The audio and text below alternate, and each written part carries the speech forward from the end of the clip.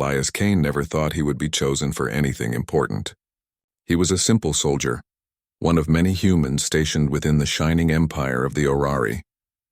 To most of the alien court, humans were rough, clumsy, and far too fragile to stand among the graceful warriors of crystal and light who ruled this part of the galaxy. Yet one morning, without warning, his name was called.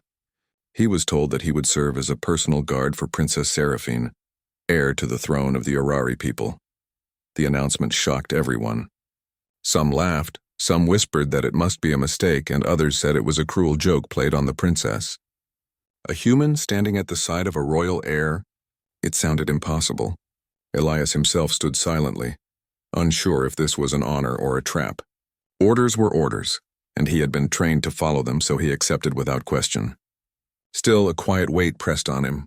He knew the court did not want him there, and he could already feel the sharp eyes of the knights and nobles who thought he did not belong.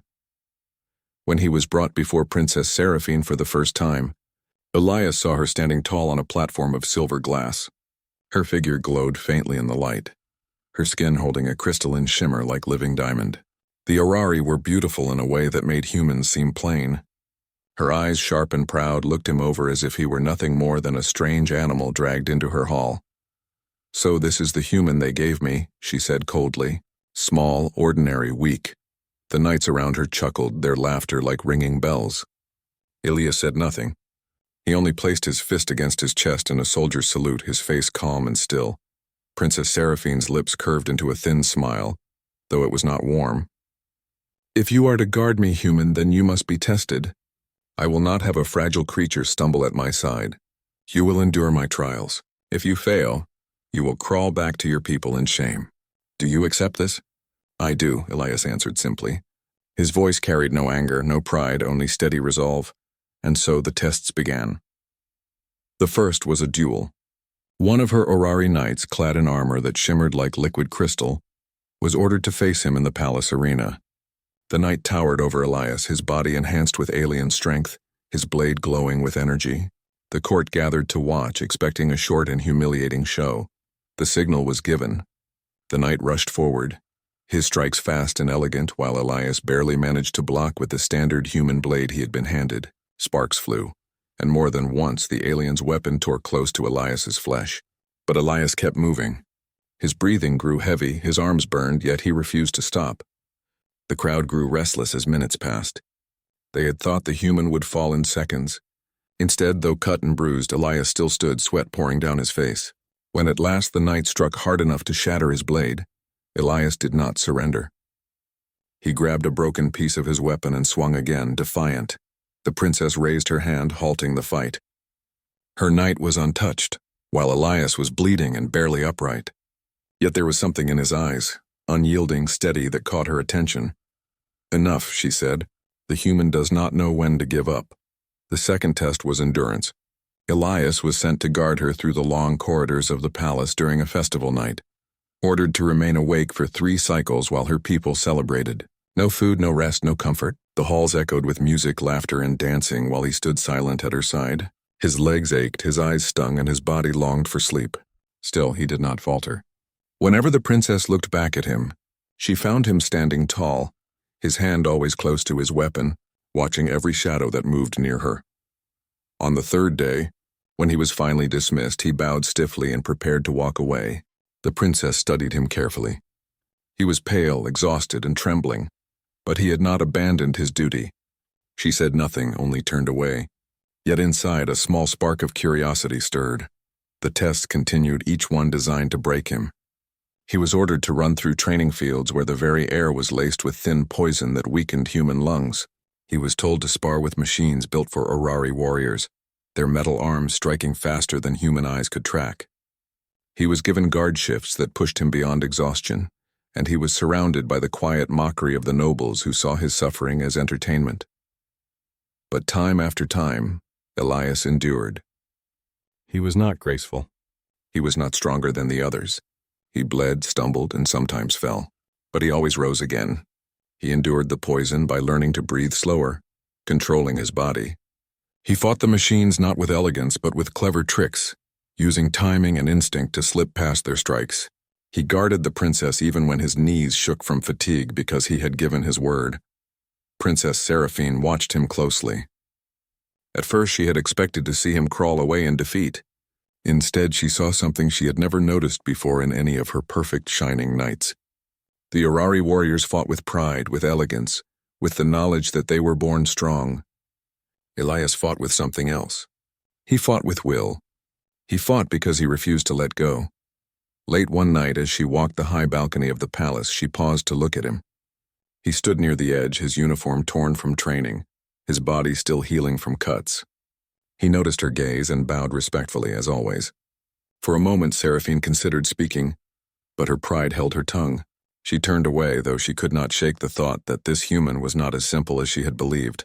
The court still whispered, mocking the idea of a human guard.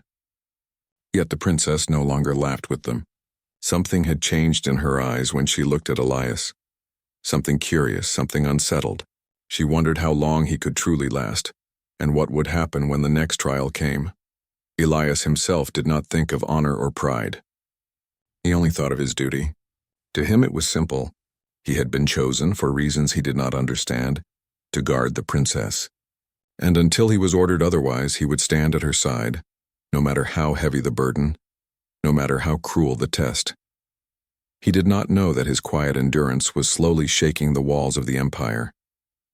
He did not know that the princess's heart, hidden beneath layers of pride and duty, had begun to beat differently whenever he refused to fall. And so, as the first part of his strange journey unfolded, the simple human guard remained at his post, unaware that his struggle was only the beginning of something far greater than he could imagine.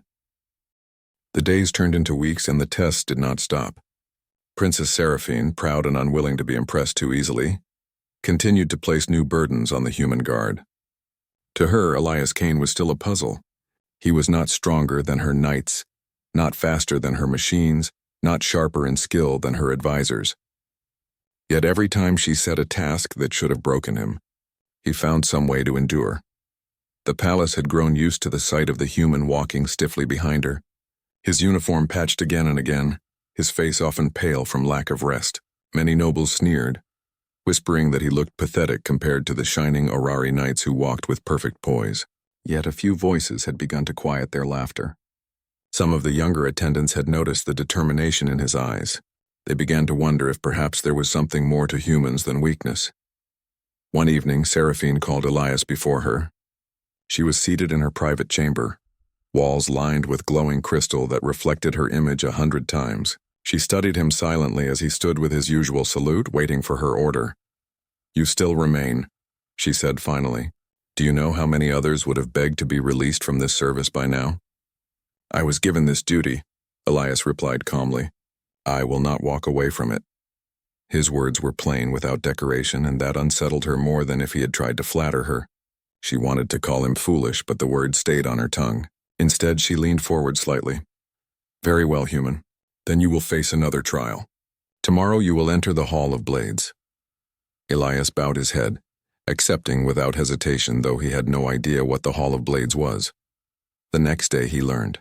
The hall was a vast chamber filled with spinning machines, sharp steel arms that struck from every angle, and shifting floors designed to unbalance those who entered. It was used to train Orari knights to react faster than thought, to sharpen their grace and agility. No human had ever stepped inside, for the machines were programmed to strike at speeds that human eyes could barely follow. Seraphine watched from a high platform as Elias entered. The machines came alive at once, spinning, slashing, striking. The first blade grazed his shoulder, cutting his uniform. The second nearly knocked him from his feet. The crowd gathered around laughed, sure it would end quickly, but Elias did not run. He did not try to match the speed of the machines. Instead, he slowed his movements, watching carefully, learning the rhythm. His reactions were not elegant, but they were practical. When he could not avoid a strike, he raised his arms to block, letting the blade cut shallow rather than deep. When he could not escape, he rolled, hitting the floor hard but still alive. Minutes stretched on. His body took blow after blow, yet he kept moving, refusing to stop. By the time the machines finally powered down, Elias stood hunched and bruised, blood dripping from shallow cuts, but still on his feet. He looked up toward the platform and saluted. The silence that followed was heavier than the laughter had been. For the first time, many in the court were at a loss for words. The princess herself leaned forward, her expression unreadable. Later, in the quiet of her chamber, Seraphine thought of his stubbornness. She could not deny that it stirred something inside her. Why would someone so weak keep rising again and again? Her people valued perfection. They expected strength to be effortless, beauty to be flawless, victory to be guaranteed. Yet this human showed her something else, that strength could come from struggle, that survival could come from refusing to quit even when every step was pain. The next trial she gave was not of the body but of the spirit. She ordered him to guard her during a long diplomatic gathering. Dozens of alien leaders from across the galaxy attended, filling the palace with tension. Elias was told to stand silent at her side while insults were thrown at humans by visiting dignitaries.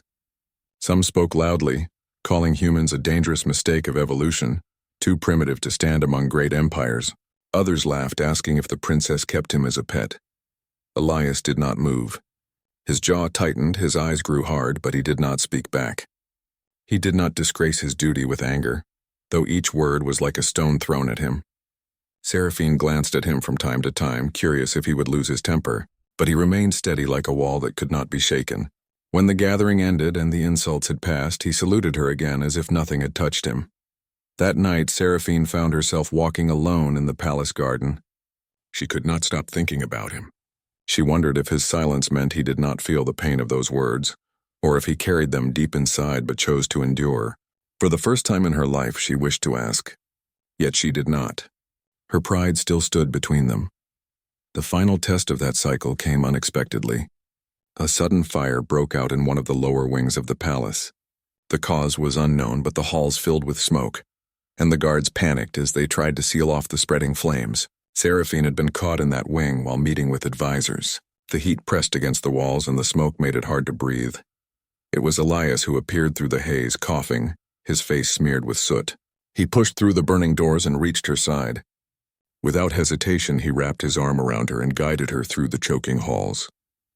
Where others had frozen in fear, he moved forward with grim determination, dragging her past collapsed beams and burning stone. When they finally emerged into clean air, the princess stumbled but remained unharmed. Elias collapsed beside her, his body shaking from smoke and burns. The other guards rushed to take over, but Seraphine raised her hand sharply. "No," she said firmly. "He brought me out." "Leave him." The others obeyed, startled by her tone.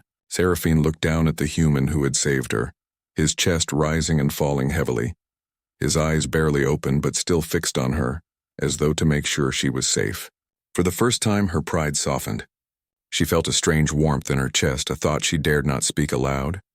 In the days that followed, whispers spread through the palace. The human had faced the Hall of Blades, endured insults without flinching, and carried the princess through fire. Some still mocked, but others began to respect him in silence. The knights, once eager to laugh, now looked at him with something closer to unease. Seraphine said little of her thoughts. She remained outwardly proud, cold as always, but inside she felt the first cracks forming in the wall she had built around her heart. Elias Kane was supposed to be nothing more than a test, a fragile soldier who would fail quickly. Instead, he was becoming something far more complicated.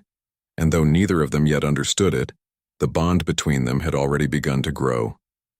A bond not of duty or of command, but of something deeper, something that would soon be tested by forces far greater than the trials of a princess. The palace had grown quieter since the fire incident. Whispers of Elias Kane's courage moved through the halls like a gentle wind, carrying both respect and unease. The Orari knights no longer laughed openly when he passed. Instead, some looked away, unsure how to meet the gaze of a human who had survived what they thought impossible. Yet even with his growing reputation, Elias knew he was still a simple soldier among the shining elite. He did not seek glory. His only concern was to serve and protect Princess Seraphine, no matter the cost. The princess herself had changed in subtle ways. She remained proud, composed, and careful with her words, but her thoughts were often elsewhere. She found herself observing Elias more than she cared to admit. The way he moved, the way he held his stance even when exhausted, the quiet determination in his eyes, it all unsettled her. She had always believed in the perfection of her people, that strength came with grace and beauty, that failure was shameful. Yet Elias proved her wrong again and again, not through perfection but through will. Then one evening, as the twin moons rose over the palace towers, the quiet of the empire was shattered. Whispers of danger had reached the royal court, rumors of conspiracies, of traitors hiding among the nobility, and of distant forces planning to strike at the heart of the empire. The Orari had faced threats before, but never had the palace itself seemed so vulnerable. Elias noticed the tension immediately. He had been trained to observe, to read the subtle signs of danger that others missed. Shadows moved oddly in the hallways. Servants whispered too much in corners. Messages arrived and vanished quickly, often with no explanation. Something was not right, and he could feel it in the tightening of his chest. When he brought his concerns to the princess, she paused, her hand resting on the balcony railing. "Do you truly believe there is a plot?" she asked, her voice calm but cautious. "I do," Elias replied. "I have seen signs, footsteps where none should be, messages hidden and destroyed, guards acting strangely. Someone is planning something. I do not yet know what, but it is coming." Seraphine's expression flickered, a shadow passing over her glowing features. She had always prided herself on her sharp mind, her ability to anticipate threats. Yet here was a human, someone she had once considered fragile and unremarkable, speaking with clarity and confidence that rivaled her best advisors. For a moment she hesitated. Could it be true? Could this simple human see what others could not? She decided to act. "Show me," she said. "Take me through what you have discovered." Elias led her through quiet corridors, pointing out inconsistencies, unexplained doors, and servants who acted suspiciously. The princess listened carefully, her mind working like the well-oiled mechanisms of her palace. She noticed what he noticed, and yet a part of her hesitated to believe fully. Trust did not come easily to her. It had to be earned. But with Elias she could see a pattern, a thread connecting the signs he had observed. Over the next days they worked together in secrecy. She gave him small tasks, tests of observation and planning, watching him navigate both physical and social challenges with the same quiet determination he had shown in combat. For the first time, she felt a genuine partnership forming between them, not of equals in status, for she was still the princess, but of equals in purpose. Then, one night, the danger revealed itself. Cloaked figures moved through the shadows of the palace grounds. Their weapons were silent and deadly, their movements precise. The conspirators had come, seeking to strike at the princess while framing humans for the attack. If they succeeded, the blame would fall on Elias and his people, and the empire would erupt into chaos. Elias noticed them immediately. His training, his instinct, his quiet attention to detail, it all came together in that instant. He sounded the alarm but kept his voice low, alerting only the princess. She nodded, understanding immediately. Together they moved through secret passages, preparing for the threat. When the cloaked figures reached the halls near the princess's chambers, Elias was ready. He used his knowledge of the palace's layout to outmaneuver the attackers, drawing them into traps and narrow corridors where their numbers counted for less. He fought not with elegance but with survival and wit. Every move was calculated to protect the princess. Every strike meant to slow and confuse the enemy. Seraphine at his side was not idle. Though she was not trained in human combat, she used her knowledge of the palace, of pressure points in security systems, and of hidden defenses to assist him. Together they were a team, blending human instinct and Orari intelligence in a way no one had expected. The battle through the halls was tense and chaotic. Drones buzzed through the air, energy weapons cut arcs of light, and the palace walls shook from impacts. Elias blocked, dodged, and countered as best he could, while the princess used her sharp mind to anticipate the enemy's moves. The human was slower than the Orari knights, but he was clever, turning his weaknesses into advantages, using misdirection, improvisation, and sheer willpower to survive and protect her. At one point, an attacker cornered them in a small chamber. Elias was outnumbered and exhausted, his uniform torn and burned from previous strikes. The princess moved quickly, using a hidden panel to release a cloud of harmless but disorienting mist. The attacker stumbled, giving Elias just enough time to disarm him. In that moment, Seraphine looked at him fully, without pretense. Her eyes were wide with something between awe and disbelief. He was not graceful, He was not perfect, but he had kept her alive. When the final attacker was subdued, the silence that followed was almost as loud as the chaos had been. Smoke hung in the air, and the floor was scuffed and scarred from the battle. Elias's chest rose and fell heavily, but he stood tall, steady as ever. The princess turned to him, her voice quiet but firm. "You did not fail," she said. "You saved me, and yet you are still here, standing."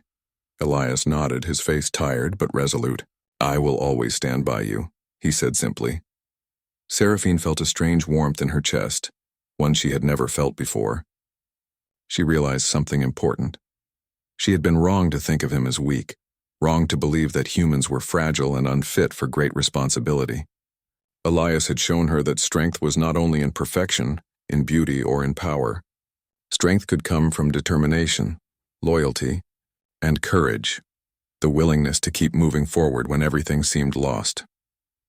For the first time, she saw him not as a human guard, but as a person of extraordinary character. She began to trust him in ways she had never trusted anyone before, and though neither of them spoke of it yet, a bond was forming, a bond that would soon grow far stronger than either could imagine.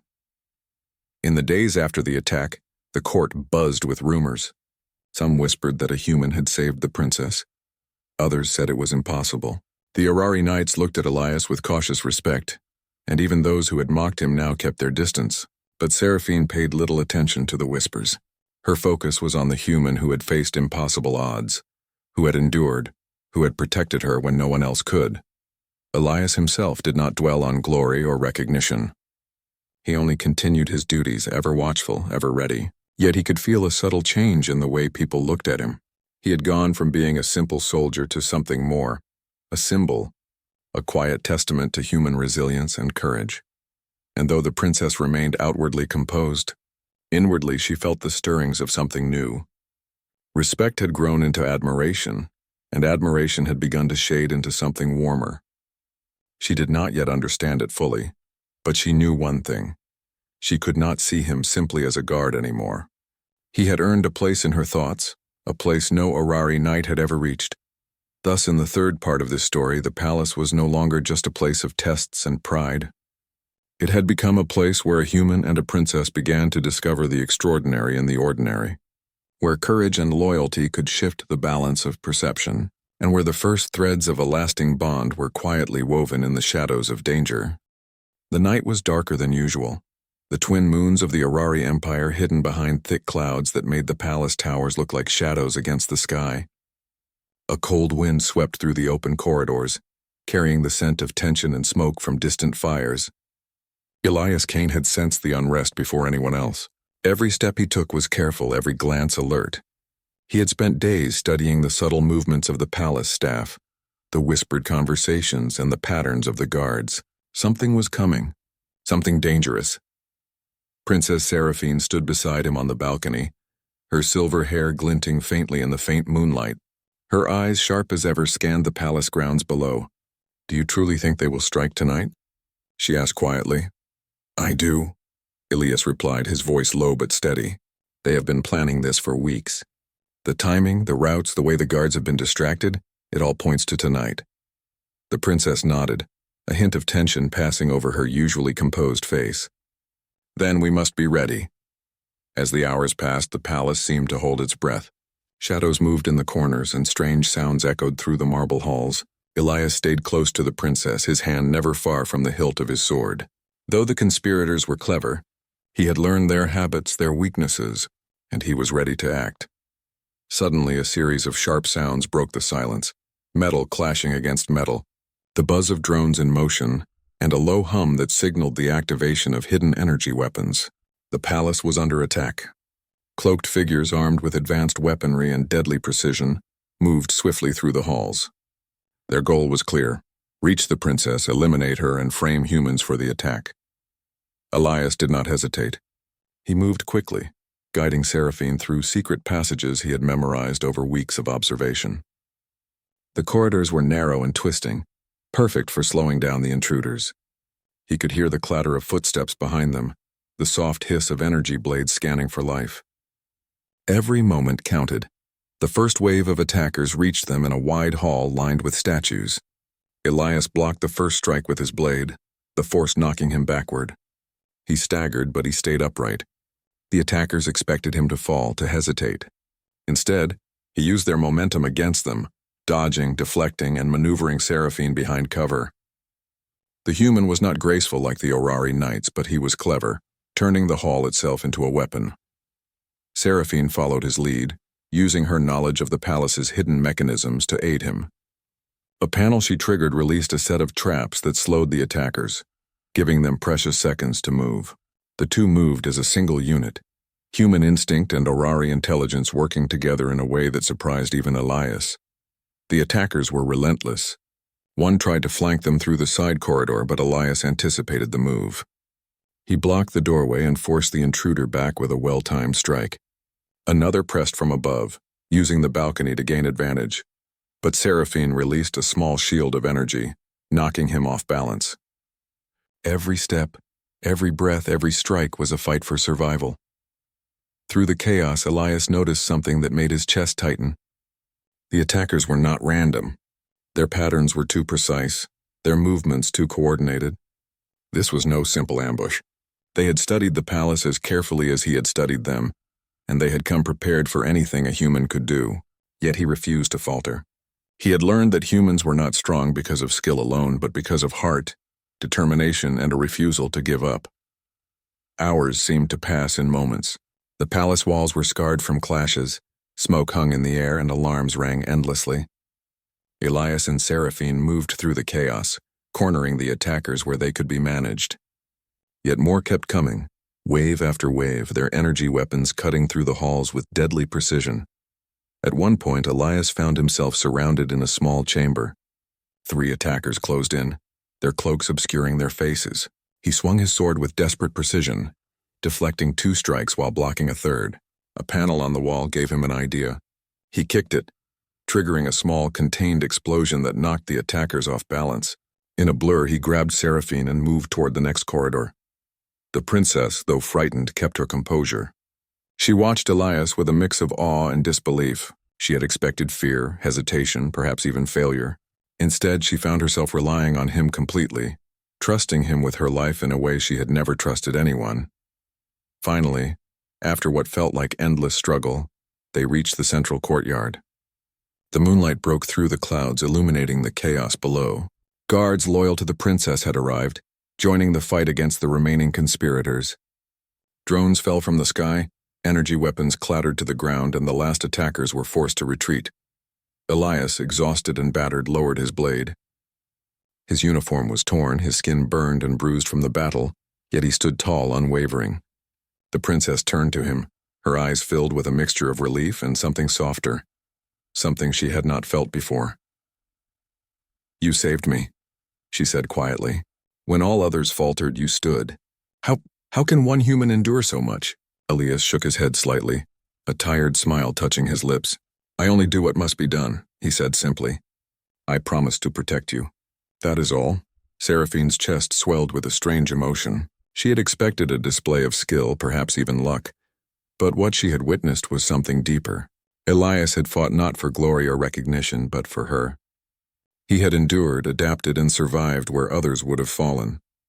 His courage was simple, but it was extraordinary. In the days following the siege, the palace recovered. The conspirators were exposed, their plans unraveled, and the court whispered about the human who had turned the tide of battle. Elias did not seek praise. He continued his duties, ever vigilant, ever ready. Yet the impact of his actions was undeniable. Nobles who had mocked him now gave him cautious nods. Guards who had doubted him before now trained with renewed respect, learning from his example. The princess, meanwhile, found herself thinking of him constantly. She observed the quiet way he moved through the halls, the calm in his eyes, and the subtle care he showed to everyone around him. She could not deny that her feelings were changing. She no longer saw him as a simple human, as someone fragile or ordinary. She saw him as someone extraordinary, someone who had proven that courage and loyalty could outweigh even the greatest skill. Late at night, she would sometimes watch him walking through the corridors, his shadow stretching long in the moonlight. She did not speak to him of her feelings, for pride and caution held her tongue. Yet she noticed the way her heart quickened when he approached, the way she felt safer simply because he was near. Elias, unaware of the thoughts stirring in her mind, continued to serve faithfully. Every patrol, every guard shift, every moment he spent at her side was done with quiet dedication. He did not expect recognition, only fulfillment of his duty. Yet in doing so, he had begun to reshape not only the princess's opinion of humans, but the entire perception of their place in the Orari Empire. By the end of this period, a quiet truth had begun to settle in the palace. Humans were more than what the Orari had believed. They were not perfect, they were not graceful, but they were enduring. They were clever, adaptable, and loyal beyond measure. And Elias Kane, the simple human guard, had become living proof of that truth. The night sky cleared finally, revealing the twin moons once more. Seraphine and Elias stood together on the balcony, looking down at the palace grounds below. Neither spoke, yet an understanding passed between them, a recognition of shared trials, of trust, and of something unspoken yet undeniable. Though the battle was over, the story was far from finished. The Empire had seen the strength of a human, and the princess had seen the courage of a heart unyielding.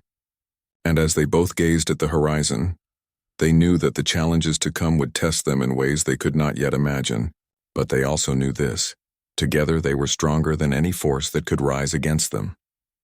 The palace had begun to recover from the siege, but the memory of that night lingered in every corridor and shadowed corner. The conspirators had been exposed, their leaders brought to justice, and the Empire's leaders now whispered in cautious respect about the human who had turned the tide of battle. Elias Kane, however, remained the same as always. He continued his duties quietly, vigilant at every turn, always watching over Princess Seraphine. He did not seek recognition or praise. His reward was the knowledge that she was safe. Seraphine, on the other hand, could no longer ignore the quiet shift in her own feelings. She had witnessed his courage, his resilience, and his unwavering loyalty. She had seen how he faced danger without hesitation, how he adapted in the face of impossible odds, and how he endured when any ordinary human would have faltered. She realized that his worth could not be measured by strength, skill, or elegance alone. Elias had proven that the human spirit could surpass even the finest of the Orari in moments that mattered most. The princess found herself seeking his presence more often. Not for ceremony, not for security, but simply to be near him. She observed the way he moved, the careful precision in his actions, and the quiet focus in his eyes. There was something about the simplicity of his dedication that drew her in, something honest and rare in a court filled with pomp and pretense. She could not fully name the feeling, yet she felt it deeply. One morning, the court gathered for the formal ceremony acknowledging the bravery of those who had protected the palace. Orari knights stood proudly, their armor gleaming, their faces set in perfect lines. Officials delivered speeches about loyalty, honor, and strength. When the human was called forward, a hush fell over the hall. Many had expected him to bow politely, perhaps speak a few words, but he did none of that. He simply stood, eyes calm, hands at his sides, his presence quiet yet commanding. Seraphine's voice carried clearly through the hall as she addressed everyone present. Elias Kane, a human and my personal guard, has proven what many of us failed to understand. He faced danger without fear. He endured trials that would have broken others. He has shown loyalty and courage beyond what our traditions have taught us to expect. Today, he stands not only as my protector, but as a symbol of human strength and spirit. The court fell silent. Even the most proud knights lowered their heads slightly, realizing the truth of her words. Elias remained still, humble, almost embarrassed by the attention, yet there was a quiet pride in his stance. He had not sought this recognition, but he accepted it with the same simple dignity that had carried him through every trial. After the ceremony, Seraphine led him to a quiet balcony overlooking the palace gardens. The city stretched out beneath them, lit by the soft glow of lamps and the twin moons rising once more. She turned to him, her expression softer than he had ever seen. "You have changed my understanding of your people," she said. "I thought humans were fragile, weak, ordinary. I see now that you are capable of extraordinary things. Not because of skill, not because of beauty, not because of perfection, but because of heart. Your heart is strong, Elias." Elias looked at her quiet and calm, yet something in his gaze acknowledged the weight of her words. "I do only what I must," he said. "I promise to protect you, and I will always do so." She smiled, a small, genuine smile that seemed to light her entire face. You have done more than protect me. You have changed the way I see my own world. I cannot imagine my life without your presence." For the first time, Elias felt a connection beyond duty. He had always acted out of responsibility and loyalty, but now he sensed the bond forming between them was something deeper. He did not speak immediately, for words often fell short of what one truly felt. Instead, he reached for her hand, a simple gesture of reassurance and trust. The days that followed were filled with quiet routines. Elias continued his patrols, his training, and his duties at her side, but now there was a sense of partnership between them. Seraphine would consult him on small decisions, trust his instincts, and seek his perspective. She found herself sharing thoughts and feelings she had never voiced to anyone else. He listened without judgment, offering guidance when asked and quiet support when it was not. As time passed, the court began to notice the bond. Whispers moved through the halls, first uncertain, then admiring. They spoke of the human guard and the princess, not in ridicule, but in awe. Elias, who had been underestimated, had become a living example of what humans could achieve. Resilience, loyalty, courage, and a heart unyielding in the face of adversity. One evening, Seraphine invited Elias to walk with her in the palace gardens. The air was cool, carrying the scent of blooming flowers, and the city below glimmered like stars fallen to the earth. They walked side by side, comfortable in silence, until she finally spoke. "Do you ever think about your life before this?" she asked, her voice soft. Elias glanced at her, then back at the path ahead. "I did," he said. "I thought my life would be ordinary. I thought I would serve, follow orders, and perhaps never be remembered. But now, everything has changed. I did not expect to stand here beside you, to face what we faced together. I never expected to matter so much to anyone." Seraphine's hand brushed his arm lightly, a gesture of intimacy and trust. "You matter more than you know," she said. "Not just to me, but to all who witnessed your courage. You have shown us that strength is not only born of skill, but of heart and determination. You have reminded us what it means to endure." Elias smiled faintly, a rare, genuine expression that carried warmth. "I only did what I had to," he said again. And I'm glad I could stand by you. I am glad to have earned your trust." In the weeks that followed, their partnership became a model for the Empire. Orari began to rethink their assumptions about humans. Where they had once seen only weakness, they now saw endurance. Where they had dismissed what was ordinary, they now marveled at the extraordinary potential within it. Elias Kane, a simple human guard, had become a symbol, not just of courage, but of the quiet power of the human spirit. The princess, too, changed. She learned to value heart over perfection, to see the strength in those who persevered rather than those who simply excelled by nature. And through it all, she and Elias grew closer, not just as protector in charge, but as companions who had faced fire, betrayal, and death together and had emerged stronger. One quiet evening, as they watched the twin moons reflect on the palace lakes, Seraphine turned to him fully. "Elias, I cannot imagine going forward without you. You have become part of my life in a way I did not expect.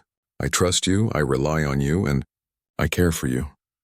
Elias looked at her, his steady eyes meeting hers. For the first time, he spoke not as a guard, but as a man who had shared trials, fear, and courage with someone he had come to hold dear. "And I care for you," he said simply. "I always have. I will always stand by you, in any way you need me." The words were simple, yet in their simplicity was truth. There was no need for grandeur, no need for ceremony. They had faced the impossible together and had found in each other something rare and enduring. Trust, respect, admiration, and finally a bond that went beyond duty. From that night forward, their lives continued, intertwined not by title or status, but by loyalty, courage, and love. The Empire slowly began to recognize the value of humans in ways it never had before.